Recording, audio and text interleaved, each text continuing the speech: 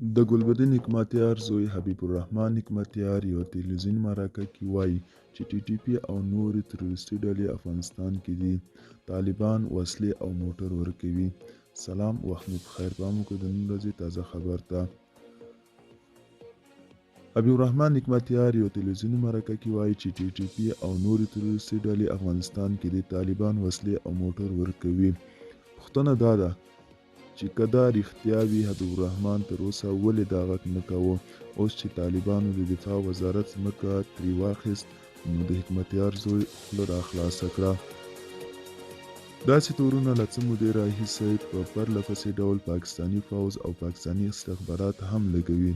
حبیب الرحمن حکمتیار وایي چې د تاجکستان، ازبکستان او ایران تروریستي ډلو سره هم د طالبانو ژورې اړیکې دي او طالبان یې ملاتړ کوي. د حکمتیار د زوی د مرکې دا لنډ کلیپ تر افغانستان ډیر په پاکستاني میډیا کې لاس په لاس کیږي. پاکستان له څه موده راهیسې په پرله پسې توګه هڅه کوي چې افغانستان د تروریزم مرکز معرفي کړي، خو په پاکستان کې دننه او له پاکستانه بهر دا باور زیات دی چې افغانستان نه بلکې پاکستان ترهګرو ځاله او د تروریزم اصلي مرکز دی. د حکمتیار صاحب زوی باید د پلار د غچ اخیستو په پار افغانستان د ترهګرۍ مرکز معرفي نه کړي. ملګرو، دا او د نن ورځې چمتو کلی خبر تر بیا هم په الله سپارم.